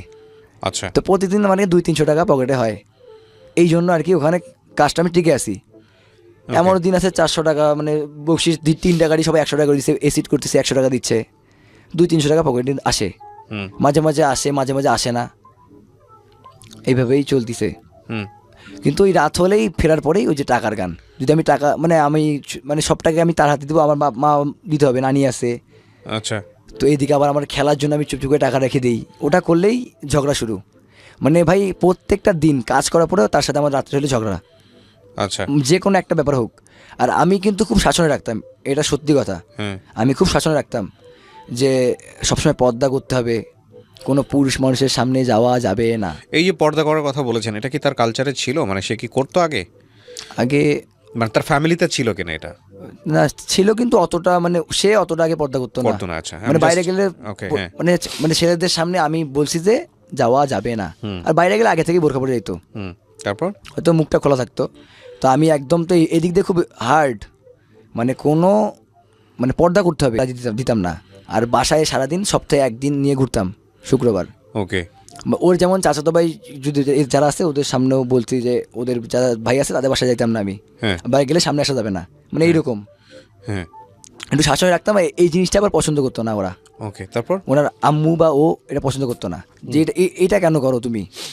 আচ্ছা, আমি এত কনজারভেটিভ কেন? হ্যাঁ কেন, কিন্তু বউ তো আমার কথা আমার বউ আমি দেখবো। তো এই দিক দিয়ে তারা মানে আমার উপর নারাজ ছিল, বাবা মা বলুক, কারণ আমি এত হার্ড কেন। আচ্ছা। তারপর তারপরে ভাই আলাদা হইলাম। প্রতিদিন আমাদের রাত্রে ঝগড়া। আমি কাজ থেকে আসি ভাই সকাল 9টার দিকে যাই। আমি ক্রিকেট খেলা এসি রুম বাদ দিলাম, ক্রিকেট খেলা বাদ, আমি পড়ালেখা বাদ দিলাম ওর জন্য। ওর জন্য আমি মানুষের চা পানি উবাচ্ছি, সব রকম কাজ হচ্ছে আমাকে। দাদুর শোরুমেই সব রকম কাজ করতে হচ্ছে, 6,000 টাকা চাকরি করতেছি। রাত চললে ভাই ঝগড়া, মানে এটা কন্টিনিউ প্রতিদিন। ঝগড়া মানে কি শুধু ঝগড়াই হতো নাকি গায়ে হাত তোলাতুলি হতো? মারামারি হতো দুজনে, দুজনে মারপিট, দুজনকে মারতেন? এটাই। আচ্ছা, তারপর এই বিয়ের কয়দিন পরে আপনারা দুজনের গায়ে হাত তুললেন? প্রথম 6-7 মাস অনেক ভালো ছিল, তারপরেই হচ্ছে মারামারি শুরু। হ্যাঁ। তারপর তো মানে ওর মূল কথা হচ্ছে একটাই, যে ও এখানে ওর আব্বু আম্মুর সাথে থাকতে হবে না। মানে যা হচ্ছে সব এই কারণেই হচ্ছে, মানে যেগুলো হচ্ছে সব এই কারণেই। আর আমি কিন্তু ভাই সব টাকা ওর হাতে দিয়ে দিতাম। আচ্ছা, তাও আমি যেন শান্তি থাকি, কারণ আমি তোকে বিয়ে করছি না, ওর দায়িত্ব আমি নিছি না, ওকে তো আমাকে চাইতে হবে। ওকে। ওকে আমি বাইরে নিয়ে যেতাম, ঘুরতে নিয়ে যেতাম, রেস্টুরেন্টে নিয়ে যেতাম, যা চাইতো মানে যতটুকু সামর্থ্য ওটা দিতাম। সব দিতে পারতাম এটা বলবো না, আমার যতটুকু সামর্থ্য দেওয়ার ততটুকু দিতাম। তারপরে ঝগড়া চলতেছিল, তারপরে ওরা আমি মাঝে মাঝে আবার আব্বুকে বলতাম যে এরকম। তখন আব্বু বলছে বাবা তোমাদের ওটা আমাকে মানে তোমাদের মধ্যে ওর আব্বু পরে শাসন করতো, আর ওটা মীমাংসা করে নেওয়া উচিত আমাকে না জানিয়ে শাসন। আর হচ্ছে ভাই সবচেয়ে মেজর প্রবলেম ছিল একটাই, সে আমার আম্মুকে গালি করতো, নানিকে, মানে কেউ কিছু বললেই ওটা। সে যে খারাপ আমি এটা বলবো না, সে আমাকে অনেক ভালোবাসে, কিন্তু সে আমার চাইতে তার পরিবারের মানুষজনকে 1000 গুণ বেশি ভালোবাসে, আর সে তাদের পরিবার ছাড়া থাকতে পারবে না। তো আমার শালা আসলো আমার বাসায় হচ্ছে নভেম্বরের 11 তারিখে, ওর পরীক্ষা ছিল। ও আবার এসএসসিতে 1 সাবজেক্ট ফেল করছে ইতিহাসে, ওটা ইমপ্রুভ দেওয়ার জন্য আসছিল 15 তারিখে। আর আমার বউ কিন্তু আসার পরেই তার মানে যে লাকেজ, মানে ও মূলত আসছে ওর ভাইয়ের পরীক্ষা দেওয়ার পরে ওর ভাইয়ের সাথে চলে যাবে। আর আমি একটা মানে একটা ট্রাই নিলাম, যদি থাকতে রাখতে পারি। ওর আব্বুর পা ধরে কিন্তু আমি ওকে নিয়ে আসছি পরের বার ঝামেলার পরে। তো আসার পরের দিন ওর লাকেজ গোছাইছে, ওর ভাইয়ের আসলে পরীক্ষার পরে চলে যাবে। ওরা আমাকে বলছে যে আমি এখানে থাকতে পারবো না তোমার এত শাসনে। মানে ও একটা ফোন চাইতো, ফেসবুক মানে ইউটিউব চালাবে, ফেসবুক না হলে ইউটিউব চালাবে, ফোন চাইতো, সিম চাইতো, আমি ওর ব্যবহার করতে দিতাম না, মানে ওর কোনো ফোন চাইতে দিতাম না। মাঝখানে আমার ফোনটা দিয়ে দিয়েছিলাম সিম ছাড়া, যে তুমি ইউটিউব দেখো। মানে যেই 3 মাস ওকে নিয়ে আসলাম পরে, ওই 3 মাস ওকে আমার ফোনটা দিয়েছিলাম সিম ছাড়া, তুমি ইউটিউব দেখো।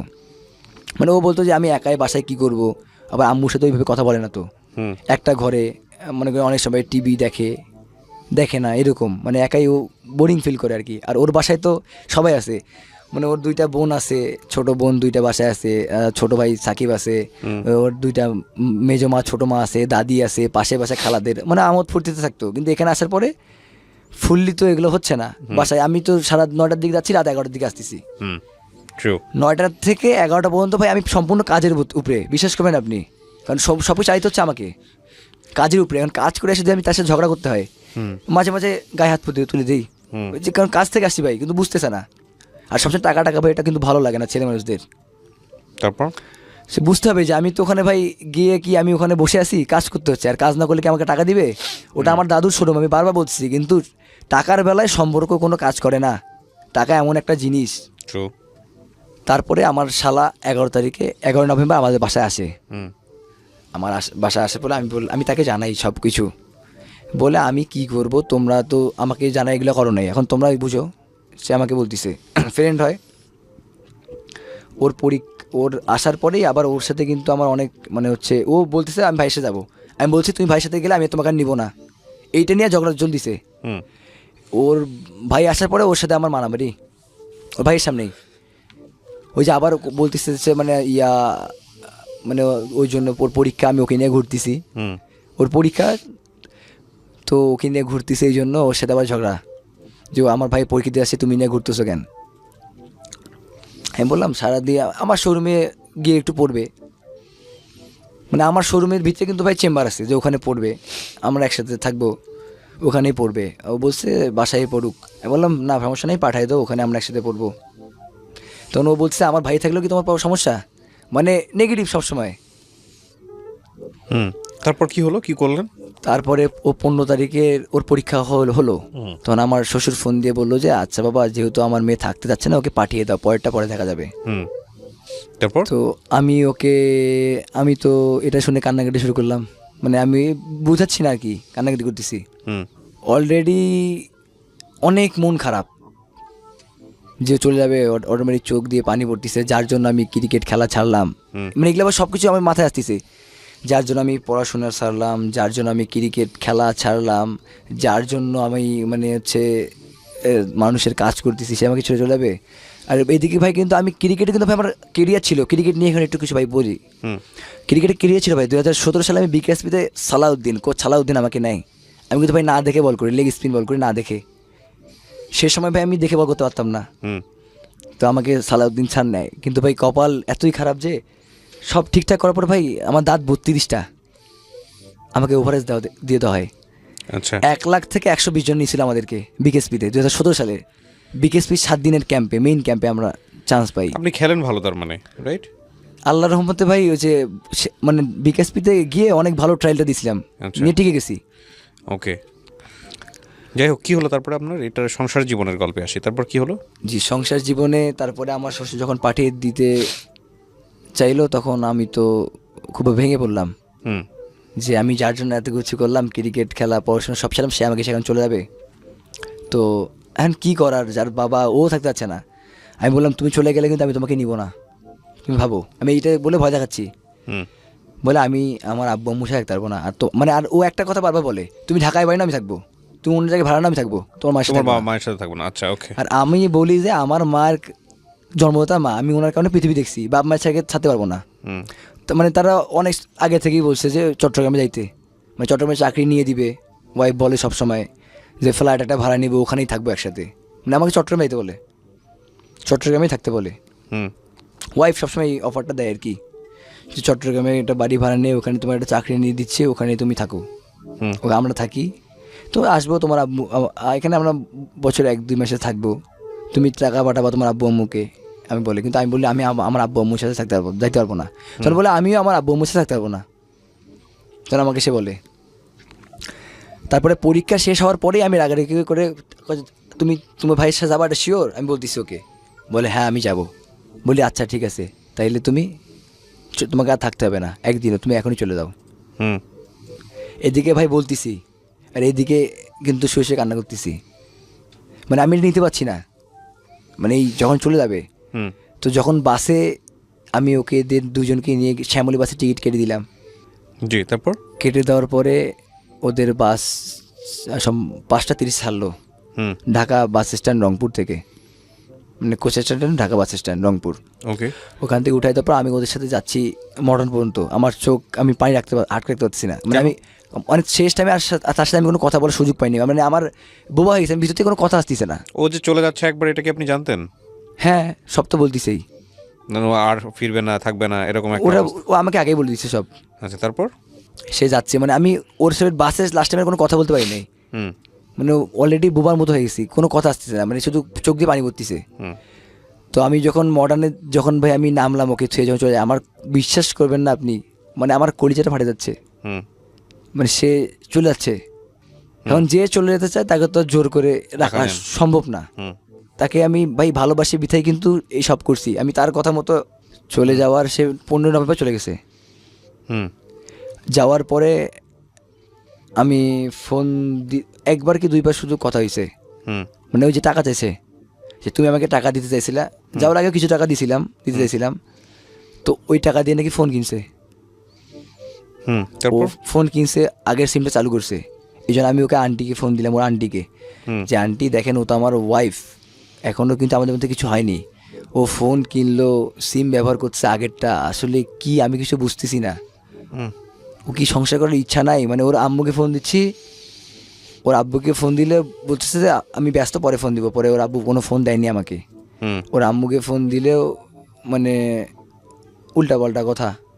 জি, মানে এমনিতে অনেক ভালো বসছে, কারণ মেয়ে যখন বসছি যে ওনারা ছেলের সামনে মারধর করছি, তো এখন মেয়েকে যেহেতু করছি, তো সেক্ষেত্রে একটু রাগ হওয়ার কথাই। তো যাওয়ার পরে আমি আন্টিকে এগুলো বলি, বিচার দিই যে ও নতুন ফোন কিনলো, সিম ব্যবহার করতেছে, ও তো আমার ওয়াইফ, তো আমাকে সাথে তো এখন কিছু হয়নি, তো এগুলো করা তো ঠিক হচ্ছে না, তার উচিত হচ্ছে না। তারপর আমি চট্টগ্রামে এই যে ডিসেম্বরের 22 তারিখে আমি চট্টগ্রামে যাই খেলতে, quality school of T20 tournament. আমি ঢাকার আইডিয়াল ক্রিকেট একাডেমি হয়ে খেললাম। তো আমি চট্টগ্রামে গেছি, ওদের বাসা থেকে কোনো রেসপন্স নেই, আমাকে কেউ একটাবার ডাকিনি। আমি আচ্ছা। চট্টগ্রামে গেছি, ওর ভাই বলেন ও বা ওর আম্মু ওর আব্বু, কিন্তু ওর হচ্ছে আব্বুর বোন আমাকে ফোন দেয়, ওর পাশে বাসা, যে বাবা তুমি চট্টগ্রামে আসো বাসায়, এখানে আসবা না? যে আন্টি আমাকে তো কেউ ডাকেনি, আমি কেন যাব? আর ওর একটা বোন আছে চট্টগ্রাম শহরে থাকে, ওটা আন্টির মেয়ে, ওর আব্বুর বোনের মেয়ে, ও অনেকবার ডাকছে। এই দুজন ব্যতীত আমাকে আর কেউ ডাকেনি চট্টগ্রামে যাওয়ার পরে। তো আমি হচ্ছে এই যে 1 তারিখে 12টার দিকে SMS দিই, হুম মানে নতুন বছরের অনেক অনেক শুভেচ্ছা রইল, এইটাবে SMS দেই যে আমি যদি তোমাকে সাথে ভুল কিছু করে থাকি তাহলে আমাকে ক্ষমা করে দিও। এই যে কয়দিন আগে? মানে এই 1 তারিখে 12টার দিকে, হুম মানে 31st নাইটের রাত্রে 12টার দিকে, ক্ষমা করে দিও আমাকে যদি তোমার কাছে ভুল কিছু করে থাকি, আর আমি অর্থাৎ তুমি তোমার মতো ভালো থাকো সারা জীবন, এটা SMS দিছি। হুম। কারণ তার সাথে আমার বর্তমানে কোনো যোগাযোগ নেই। আপনাদের মানে সিদ্ধান্ত কি ডিভোর্সের দিকে যাচ্ছে, নাকি আলটিমেটলি ডিভোর্স দিয়ে ফেলেছেন, নাকি আমি তো এরকম? ওকে ছাড়ার জন্য বিয়ে করিনি ভাই। আপনি ওকে এখনো লাভ করেন? আমি, হ্যাঁ অবশ্যই। ওর কন্ডিশনটা কি? ওর কন্ডিশন বলতে ও আমার আম্মুর সাথে থাকবে না, আর ওর দ্বিতীয় কথা, ও আব্বু আম্মুকে ছাড়াও থাকতে পারবে না, আর যদি ঢাকায় নিয়ে থাকি তো ও থাকবে, মানে ওরা আমার আম্মুর সাথে থাকবে না। আচ্ছা, প্রথম কথা হচ্ছে যে আপনি গল্পটা কেন বললেন আমাদের এখানে রেডিওতে এসে? আমি বললাম যে আমি মানে আমি যেন এইটাই উদ্দেশ্য আমার বলার, যে আর কোনো ছেলে যেন অল্প বয়সে বিয়ে না করে। মানে আমি আমার জীবনে যতটুকু কষ্ট পাইছি, রাজারহালে ছিলাম, বাবা মা আমাকে রাজারহালে মানুষ করছে, মানে আমাকে কোনো কষ্ট পাইতে দেয় নাই, নিজে না খাইলে আমাকে হয়েছে, আমাকে দামি দামি ড্রেস দিয়েছে, জুতা কিনে দিয়েছে আমার বাবা, কষ্ট করে মানুষ করছে আমাকে।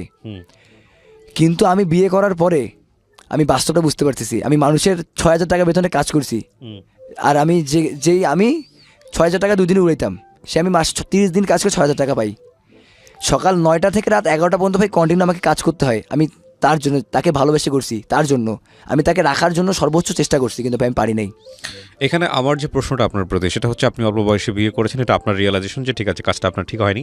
জি, আপনি যেটা বলছেন সেই রিয়েলাইজেশনের জায়গায় আমি একটু পরে আসি। তার আগে আমি আপনাকে বলি, সেটা হচ্ছে আপনার ওয়াইফের যাকে আপনি বিয়ে করেছেন সে তো আপনার সমবয়সী না, নাকি ছোট? আমার থেকে 2 বছর ছোট। 2 বছরের ছোট। তো ওর জায়গা থেকে 18 বছর যদি বয়স হয় ওর একটা হোম সিকনেস থাকবে। ও আপনাকে লাভ করে এরকম একটা জায়গায় চলে আসছে, সেখানে মানিয়ে নেওয়ার একটা বিষয় আছে। আপনারা সংসার করলেন কতদিন? 1 বছর তো 1 হয়নি, বছর 4 মাস। মাত্র 1 বছর 4 মাস। তো সেই জায়গাটা থেকেও তো ওকে বোঝাটাও তো খুব জরুরি ছিল। সেটা কি আপনি বুঝতে পারছেন আপনার এই ফ্লসগুলো, যে না ওর জন্য কতটুকু সাপোর্ট দেওয়া দরকার, অতটুকু পারতেছেন কি না আপনি?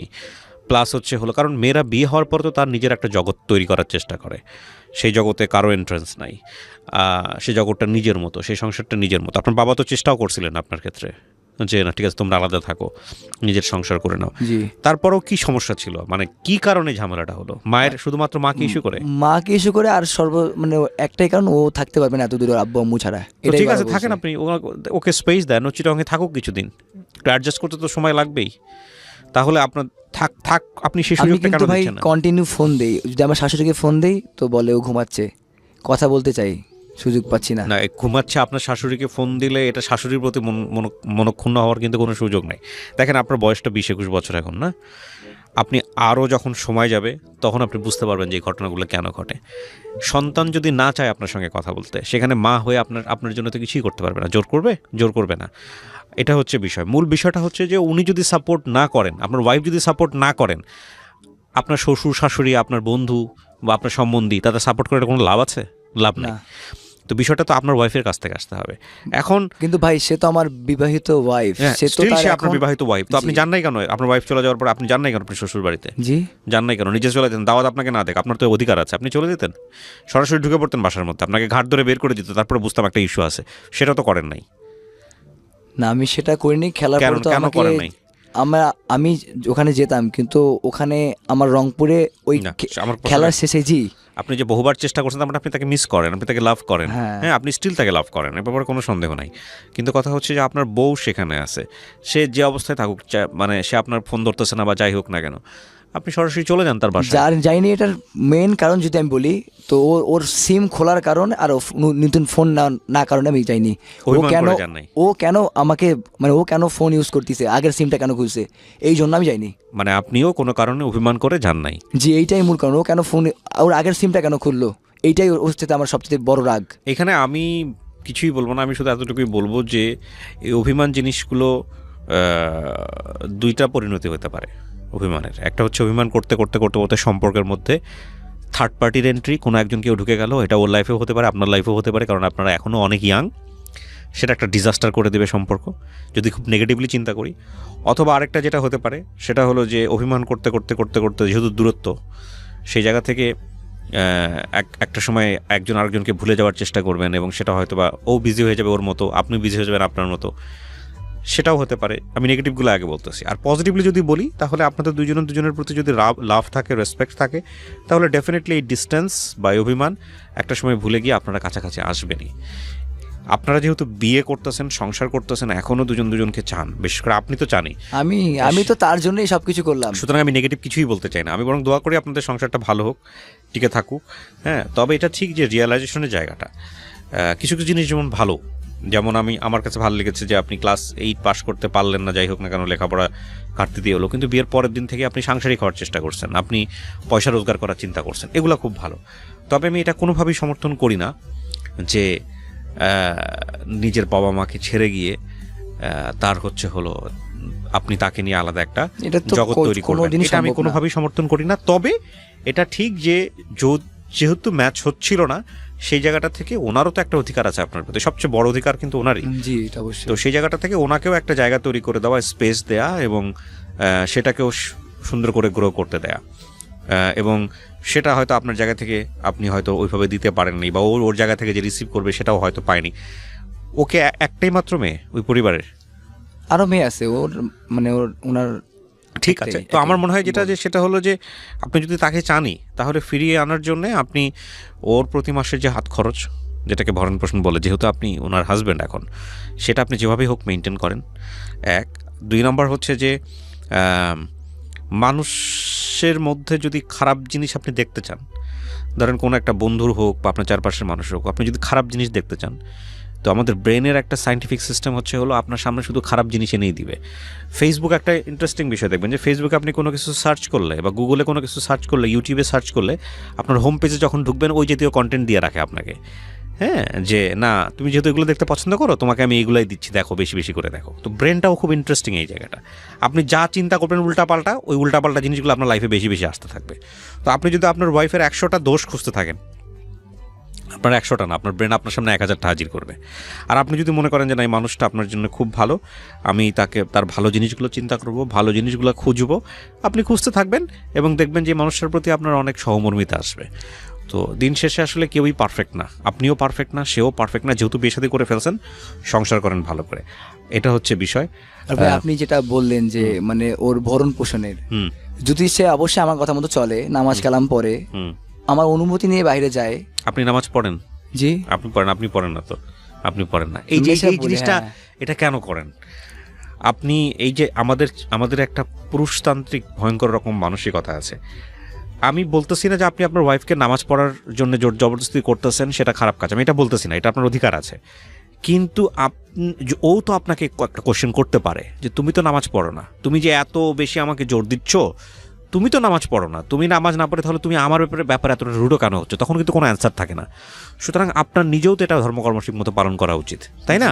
আপনি বিয়ে করলেন মানে হচ্ছে পরের দিন থেকে আপনি অধিকার ফলাতে যাচ্ছেন, সেটা যে কোনো জায়গা থেকে, হ্যাঁ ঠিক আছে, পারফেক্টলি আপনি অধিকার ফলাতে পারেন, কিন্তু সেই প্র্যাকটিস যদি আপনার মধ্যেও না থাকে, মানে আপনি যেমন ইচ্ছা আপনি মেয়েদের সঙ্গে কথা বললেন, যেমন ইচ্ছা আপনি বন্ধুদের সঙ্গে ঘুরলেন, অথচ তার বান্ধবীর সঙ্গে আপনি তাকে কথা বলতে দিচ্ছেন না। আমি একটা এক্সাম্পল দিচ্ছি, তার ফ্রেন্ড সার্কেলের সঙ্গে সে মিশতে পারতেছে না, সে একটা বন্দি জীবন কাটাচ্ছে, এটা তো আপনি পারবেন না। মানে যেটা আপনি প্র্যাকটিস করতে পারেন না, সেটা আপনি সে কি কেনা গোলাম নাকি? আপনি তাকে জোর করে কেন চাপাতে যাবেন? হ্যাঁ, আপনিও প্র্যাকটিস করেন, আপনিও ওগুলো প্র্যাকটিস করেন, তাকে দেখান যে না, আমি তোমার কাছ থেকে চাচ্ছি, এই কারণে চাচ্ছি যে আমিও তোমার মতো সেরকম একজন মানুষ, তুমিও আমার মতো একজন মানুষ হওয়ার চেষ্টা করো, ঠিক আছে, পারফেক্টলি ওকে। সে বাইরে গেলে আমার অনুমতি যদি যায়, সে যদি ফোন ব্যবহার না করে, তাহলে আমি অবশ্যই তার ভরণ পোষণ দিব। আর ওখানে যে আমি আরেকটা কথা বলি আপনাকে, ফোন ব্যবহার করার জায়গায় আপনি একটা আতঙ্কে আছেন। আতঙ্কটা কি? ফোন ব্যবহার করলে অন্য কারোর সাথে সম্পর্ক করে ফেলে কিনা, বা অন্য কোনো ছেলের একটা আগে তো অনেক ছেলে ওই নম্বরে ফোন আসতো না, ওটা যে মানুষটা এই কাজটা করবে, এটা আপনি বয়সে রিয়েলাইজ করতে পারবেন না। যেই মানুষটা এই কাজটা করবে, যে অন্য কারোর সাথে সম্পর্কে যাবে বা অন্য কাউকে জীবনে রিসিভ করবে, তাকে ফোন ব্যবহার বন্ধ করতে দিলেও সে করবে, ফোন ব্যবহার না করতে দিলেও সে করবে। ফ্যাক্টটা হচ্ছে এটা। বরং যদি আপনি তাকে লাভ করেন, আরও বেশি ওপেন করে দেন, তোমাকে আমি বিশ্বাস করি, তোমার প্রতি আমার আস্থা আছে, ওই আস্থার যদি মূল্য থাকে তো ঠিক আছে, তুমি থাকবা আমার সাথে, আর যদি মূল্য না থাকে তাহলে তুমি আমার লাইফে থাকবা না, এটাই স্বাভাবিক। দেখেন, আমি মনে করি যে আপনাদের জায়গাটা অনেক বেশি নতুন, মাত্র 1 থেকে 1.5 বছর, 1 থেকে 1.5 বছরের সংসার জীবনে এগুলো কিছুই না, একদম এন্ট্রি পর্যায়ে। আর আপনার যেহেতু বয়স একেবারেই টিনেজ, সেই জায়গা থেকে আপনি রিয়ালাইজই করতে পারবেন না যে আপনি আসলে যেগুলো করতেছেন সেগুলো আসলে পারফেক্টলি ওকে না, সেটার জন্য আপনাকে আরও অনেক সময় পার করতে হবে। তবে হ্যাঁ, যেহেতু আপনারা দুজনকে লাভ করেন, আপনার বাপ মারা খুব ওয়াইজলি ডিসিশন নিছে, এ ব্যাপারে কোনো সন্দেহ নাই, এবং সেই জায়গাটা থেকে সংসারটাকে সামনের দিকে নিয়ে যাওয়াটাই উচিত। সেটা আমার ক্ষেত্রে উচিত। আর ভরণ পোষণ দেওয়ার ব্যাপারে আপনি যেটা বললেন যে এটা করলে ভরণ পোষণ দেবো, ওটা করলে ভরণ পোষণ দেবো না, এই জাতীয় জিনিস ইসলামেও সাপোর্ট করে না। আপনি যদি ধর্মীয় অনুসারেও যান, স্ত্রী মানে হচ্ছে আপনার তাকে ভরণ পোষণ দিতে হবে। এবং তালাকের ব্যাপারেও একটা কথা বলা হয়েছে, কথা আমার সাথে সে বলে না, কথা বলে না, আপনি যেভাবে হোক তাকে পৌঁছানোর চেষ্টা করেন। আপনি যেসব জিনিস চাচ্ছেন ইসলামিক কায়দায়, ফাইন, আপনি আলহামদুলিল্লাহ চাচ্ছেন, কিন্তু নিজের জন্য ওগুলো প্র্যাকটিস করেন। আপনি নিজে একক তো নামাজ পড়বেন না, আপনি জোর করে আপনার ওয়াইফকে যখন বলতে যাবেন তখন তো সে গার্ডস পেয়ে যাবে, তুমি তো পড়ো না, তুমি আমাকে কেন বলতে আসতেছো, আমি কি বোঝাতে পারতেছি আপনাকে? সো যে জিনিস আপনি প্র্যাকটিস করেন না, আপনি কেন করেন না, সেই জবাবটা আপনি কি দিবেন তাকে? তখন আপনি বলতে পারবেন যে আমার না পড়লেও হবে, আল্লাহ মাফ করে দিয়েছে, আমাকে বলতে পারবেন? সো সুতরাং সেও তো আপনাকে প্রশ্ন করতে পারে। তো এটাই বলতেছি, মানে আপনি বলবেন যে আমি তোমার হাজব্যান্ড, সুতরাং তোমার আমার সমস্ত কথা শুনতে হবে, শুনতে তুমি বাধ্য। একইভাবে স্ত্রীর অধিকার বলেও তো ইসলামে অনেক অধিকার দেওয়া আছে, সেগুলো আপনি কতটুকু পালন করছেন? জিনিসটা তো ভাইস ভার্সা, দ্বিপাক্ষিক। আর এই ভরণ পোষণের বিষয়ে আপনি যেটা কন্ডিশন দেখাচ্ছেন, এরকম কন্ডিশন না আছে ধর্মে, না আছে আইনে। হ্যাঁ, এটা দিতে পারবেন না আপনি। এবার যদি অন্তর থেকে যদি এভাবে বলেন, হ্যাঁ সে আপনার কথা শুনতেছে না, মানতেছে না, ঠিক আছে, যদি আপনি ধর্মীয়ভাবেও যদি তালাকের কথাও চিন্তা করেন, তাহলেও আমি তো ভাই সারার জন্য বিয়ে করিনি। রিলিজিয়ন বলতেছে, আমি যেটা বলতেছি এক্সট্রিম লেভেলে, রিলিজিয়ন বলতেছে তালাক হলো সবচাইতে নিম্ন পর্যায়ের হালাল জিনিস, সবচাইতে নিম্ন পর্যায়ের, মানে আল্লাহ খুব অপছন্দ করেন এই জিনিসটা, এবং শয়তানের সবচেয়ে প্রিয় কাজ। শয়তানের সবচাইতে প্রিয় কাজ হচ্ছে যে স্বামী স্ত্রীর মধ্যে সম্পর্কের অবনতি ঘটানো এবং তালাক পর্যায়ে নিয়ে যাওয়া, এবং আল্লাহ এটা খুব অপছন্দ করেন। আমাদের একটা কোরআন শরীফে একটা সূরা আছে, সূরা তালাক। যেহেতু আমি ধর্মীয় বেত্তা নই, আমি অত বিশাল জিনিস জানি না, বাট তারপরেও বলা হচ্ছে যদি তালাক দাও তাহলে প্রচুর পরিমাণে ধন সম্পত্তি দিয়ে দাও, প্রচুর পরিমাণে ধন সম্পত্তি দিয়ে তালাক করো, মানে এত বেশি দাও যাতে করে তার কোনো চিন্তা করতে না হয়। এবং আমাদের ধর্মটা এতটা এনরিচ, এতটা সমৃদ্ধ, এতটা সায়েন্টিফিক, সেখানে আপনি ভরণ পোষণের জায়গাটা আপনি কন্ডিশন দিতেছেন, সবটা একপাক্ষিক হয়ে যাচ্ছে বিষয়টা। হ্যাঁ, তো আমার মনে হয় যে ঠিক আছে, ডিস্টেন্সটা খুব ভালো হয়েছে। এখন আপনি একটু ঠান্ডা মাথায় আপনার জায়গা থেকে চিন্তা করেন যে আসলেই আপনি তাকে চান কিনা। আর কখনোই আমি তাকে চাচ্ছি ভাই, সে আমাকে চাচ্ছে। শুধু চাওয়া মানেটা অন্তর থেকে চাওয়া না, চাওয়া মানে হচ্ছে প্র্যাকটিসের মধ্যে চাওয়া মানে হচ্ছে যে সে যে জায়গাগুলোতে আপনি কম্প্রোমাইজ করতে পারবেন না, ধরেন সে তার আপনার মাকে নিয়ে যে সমস্যাটা হয়েছে, বউ শাশুড়ির সমস্যাটা, সেটা হয়তো আপনি মিটিগেট করতে পারবেন না, সেটা হয়তো আপনি ঠিক করতে পারবেন। আমি ওর বাসায়, কিন্তু আপনাকে নিয়েও অনেক সমস্যা তার ছিল, যেগুলো আপনি হয়তো বা জানেন। গল্পটা আপনি বলতে যখন গেছেন তখন গল্পটা একপাক্ষিক বলা, সে থাকলে সে আপনার সম্পর্কে 100টা কমপ্লেইন করতো, অবশ্যই করতো না? অবশ্যই। তো আমার জায়গা থেকে আপনি যদি তাকে লাভ করেন, আপনি সেই জায়গাগুলো কারেকশন করেন।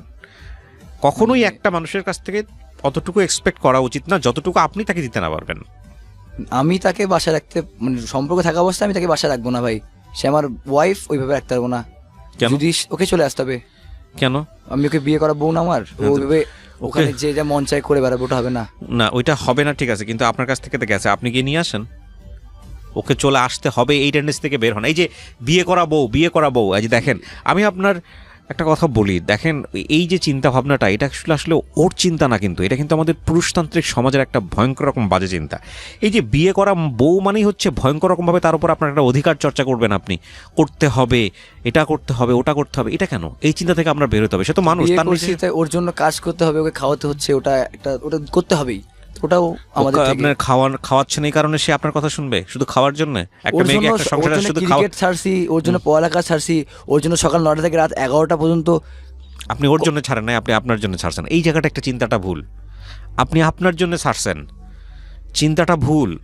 এই ভুলের জায়গাগুলো যদি আপনি অ্যাকসেপ্ট করতে না পারেন, জীবনে কিন্তু চেঞ্জ আসবে না। কি নাম বললেন আপনার?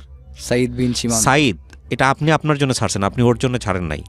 আমি আপনাকে বোঝাচ্ছি কিভাবে আপনি আপনার জন্য ছাড়ছেন। আপনি একটা মেয়েকে লাভ করছেন, আপনার মতো করে প্রেম করছেন, আপনার মতো করে ভালোবাসছেন।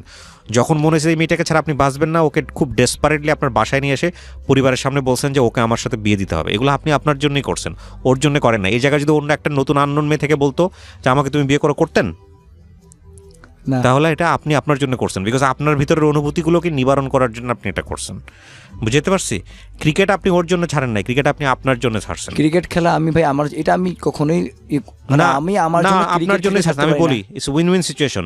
আপনার সামনে একটা অমন অবস্থা এসে দাঁড়াইছে যে আপনার যদি সংসার টিকাতে হয় তাহলে ক্রিকেট ছাড়তে হবে, এটাই আপনার যদি ঘরের মধ্যে ভাত খাইতে হয় তাহলে আপনার কাজ করতে হবে। সিম্পল না? জি তাহলে আপনি এখন কি করবেন? আপনি হয় ক্রিকেট ছাড়বেন অথবা সংসার ছাড়বেন। এই সিদ্ধান্ত তো আপনারই ছিল, জি তো আপনি সিদ্ধান্ত নিছেন, রাইট তো এটা তো আপনার ব্যাপার জন্য আপনিই করছেন। তো এখন বিষয়টা হচ্ছে কি, এই যে করতে হবে, যাইতে হবে, আমার বউ এটা ওরমুখ করবে তমুক করবে, এই জায়গাগুলো আসলে পরিবর্তন আপনাকে আমি এক কথায় বোঝাতে পারবো না। তবে এটা ঠিক যে আমাদের পুরো সমাজ ব্যবস্থাটাই এরকম যে বিয়ে করা বউ মানে হচ্ছে তার উপর একটা বিশাল অধিকার। এটা ওর বয়স মাত্র 20, কিন্তু এটা ঠিক যে ওর চিন্তাভাবনার জায়গাটায় যে অধিকারের যেই অবয়ব, সেই অবয়বটা এটা পুরুষতান্ত্রিক জায়গাটা থেকে চিন্তাভাবনা। তবে এই চিন্তাভাবনা দিয়ে ওই মানে সংসার সামনের দিকে নেওয়াটা খুব মুশকিল। দুইটা চাকার উদাহরণ দিই, এটা বেগম রোকেয়া খুব সুন্দর করে বলছিলেন। দুইটা চাকা, হ্যাঁ, একটা মাঝখানে একটা আপনার হলো একটা শকট বলে, মাঝখানে একটা লাঠি দিয়ে জোড়ানো, হ্যাঁ, একটা চাকা বড় আর একটা চাকা ছোট। এই দুই চাকাকে যদি আপনি ধাক্কা দেন, এটা কি সামনের দিকে যাবে না চারদিকে ঘুরপাক খাবে? এটা চারদিকে ঘুরপাক খাবে। জি দুইটা চাকাই যদি সমান হয় তারপর আপনি যদি ধাক্কা দেন তাহলে দুইটাই সামনের দিকে যাবে। জি তো সংসারটা আসলে এরকমই, সংসারটাকে যদি সামনের দিকে নিতে হয় তাহলে আপনাকে ওই একজনকে ছোট করে রাখা যাবে না, আরেকটাকে বড় করা যাবে না, ঠিক আছে? রেসপেক্টের জায়গাটা দ্বিপাক্ষিকই হইতে হবে। আপনি যেমন তাকে সম্মান করবেন, সেও আপনাকে সম্মান করবে। শুধুমাত্র ভালোবাসা দিয়ে যেমন সংসার চলে না, শুধুমাত্র মান অভিমান আর এই মারামারি চিল্লাচিল্লি আর এই হাজব্যান্ড তো ফলানো যে আমি তোমার স্বামী সুতরাং এটা করতে হবে, এটা দিয়েও সংসার চলে না, ঠিক আছে? এখন যদি সে আমাকে ভালোবাসে হ্যাঁ। অবশ্যই সেটা শুনবে, সে যেন বাসায় চলে আসে। আর যদি সে না আসে তো আমি আবার ক্রিকেটে ব্যাক করেছি, তো আমি ক্রিকেট খেলায় একদম মন দিয়ে ওটা আমার ক্লাব এটা চালু করেছি, তো ক্রিকেটে নিয়ে থাকবো। আপনার যেটা করতে ভালো হয় আপনি সেটাই করবেন। বাট আমি আপনাকে একটা কথাই বলতে চাই, মানে সংসার জিনিসটা এটা আপনার ওই ক্রিকেট ম্যাচের মতোই একটা যুদ্ধ।